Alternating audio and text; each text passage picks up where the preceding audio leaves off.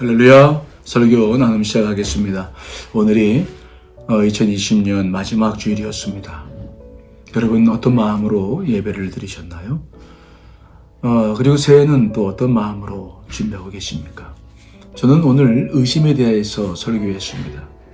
의심이 풀려야 내 인생이 풀리고 새해가 풀리기 때문이죠. 오늘 성경 본문에는 이스라엘 백성들이 출애굽을 했을 때 하나님께서 그들을 어떤 길로 인도하실까에 대한 말씀이 기록되고 있어요. 하나님께서 이스라엘 백성들을 인도할 수 있는 길은 두 가지 길인데, 첫째는 블레셋 사람의 땅의 길이었죠. 이거는 이제 가나안 땅까지 가는데 한 일주일 정도 걸릴 수 있는, 이것은 애굽의 18조 왕조가 북방 정책 때문에 닦아놓은 길로 가는 것이죠. 쉬운 길이었어요. 그런데 문제는 여기에 블레셋 민족이 있어서 전쟁을 피할 수가 없죠. 그들은 해양 민족으로서 철기 문화를 받아들여서 강성한 민족이었어요. 이스라엘 백성들에 비하면 비교할 수가 없었죠. 아마 이스라엘 백성들은 그들을 보자마자 도망쳤을 겁니다. 하나님도 그 길을 아셨죠. 그래서 하나님께서 인도하신 길은 홍해의 광야길이었어요. 이 길은 블레셋 사람의 땅의 길보다는 6배나 먼 길이었고 돌아서 가야 되는 길이었는데, 다만 블레셋과 같은 민족은 만나지 않는다는 것이죠. 하나님께서 고민하시다가 결국은 이스라엘 백성들의 그 의심이죠. 표면적인 것은 전쟁이지만 그 밑바닥 속엔 하나님을 믿지 못하는 의심이 있었기 때문에 그것을 보시고 홍해의 광야길로 인도해 가신 것입니다.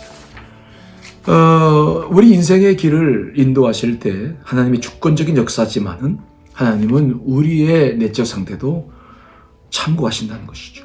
그래서 우리의 믿음 상태가 길을 결정할 때 이렇게 굉장히 큰 영향을 미치고 있다는 것을 오늘 바라봅니다. 그러므로 우리가 미래를 준비할 때 내 계획도 중요하지만 내 안에 있는 의심을 해결해야 돼요.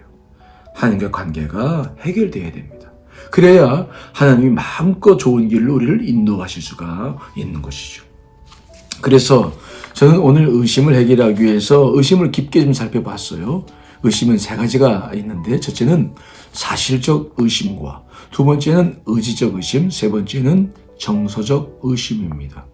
사실적 의심은 우리가 믿고 있는 기독 진리를 아직 못 믿는 사람들이죠. 이런 질문들은 증거가 제시되면 금방 해결돼요. 그리고 이런 질문들이 있어야 신앙 성장이 있기 때문에 도마처럼 굉장히 중요한 질문입니다. 그런데 이런 사실적 질문은 증거 자료 제시되면 해결되기 때문에 믿음에 큰 도움이 될 수 있다. 두 번째로는 의지적 정서인데, 이것은 내 의지가 하나님 앞에 굴복하지 않기 때문에 생기는 질문들이 많이 나올 수 있어요.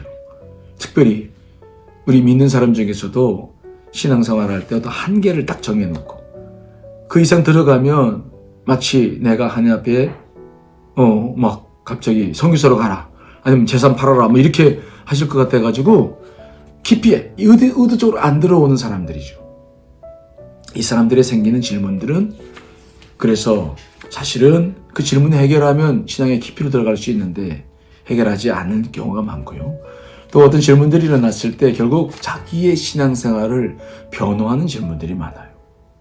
이런 분들은 의지를 변화시킨다면 깊은 신앙으로 들어올 수 있죠. 세 번째는 정서적 의심인데, 이게 아마 제일 많을 것 같아요. 이것은 어떤 기적이든 어떤 은혜든 내 기분 상태에 따라서 받아들이고 안 받아들이고를 결정하는 거예요. 특별히 이 정서적 의심에 쌓여있는 사람들은 만일 그렇다면 어떻게 될까? 미래적 관심이 많아요. 그래서 미래가 불확실하면 지금 현재의 기적들, 은혜들을 못 받아들여요. 이스라엘 백성들에게 있었던 의심은 두 가지라고 생각하는데, 그들은 의지적 의심이 있었어요. 그들은 하나님의 비전에 관심이 없었어요. 지금 당장 잘 먹고 잘 사는 데만 관심이 있었는데, 하나님께서 몇 가지 기적을 일으키시고 그들이 인도에 가시는데 그들은 관심이 없었어요. 왜 우리가 이렇게 해야 되는지 그들은 의문이 많았어요. 의심이 많았어요. 모세도 믿지 못했죠. 그래서 하나님도 믿지 못했어요. 그리고 세 번째로는 일단은 미래가 불확실하잖아요. 노예 생활도 힘들었지만 더 힘든 것은 불확실한 미래를 보는 거죠. 과연 우리의 미래는 뭐냐? 이걸 제시해 주시면서 끌어가시면 좋은데 하나님은 그렇게 역사하지 않잖아요. 그럼 우리 믿음이 형성이 되지 않기 때문에. 그래서 이들은 정말 의심이 많았어요.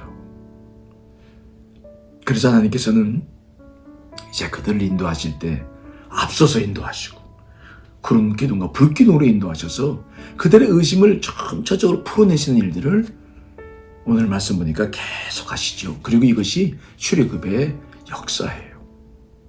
이제 우리는 이런 하나님의 노력을 보면서 우리는 지금 어떻게 이 의심을 풀어낼 것인가? 사실 지난 1년 동안 우리는 코로나로 묶여 있었잖아요. 이때 화두는 안전이었죠. 그런데 그 안전을 추구하다 보니까 이제 우리는 모든 사람들을 의심하게 되고 상황을 의심하게 되고 또 우리는 미래에 대한 비전도 묶어두고 있죠. 이제 우리는 이 새해를 맞이하면서 어떤 새해를 맞이할 것인가? 여러분, 이거 의심 풀어야 됩니다. 비전을 향해 나아가야 돼요.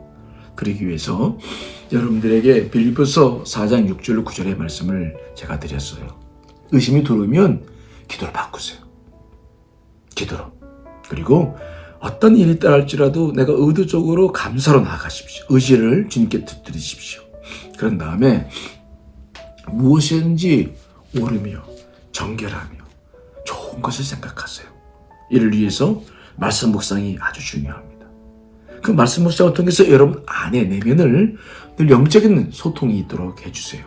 그런 다음에 그것을 실천으로 옮길 때 의심은 사라져요. 의심이 사라져야 미래가 열립니다. 하나님은 우리의 믿음 상태를 보시는 분이시죠. 우리는 상황을 보지만 하나님은 내 중심을 보십니다.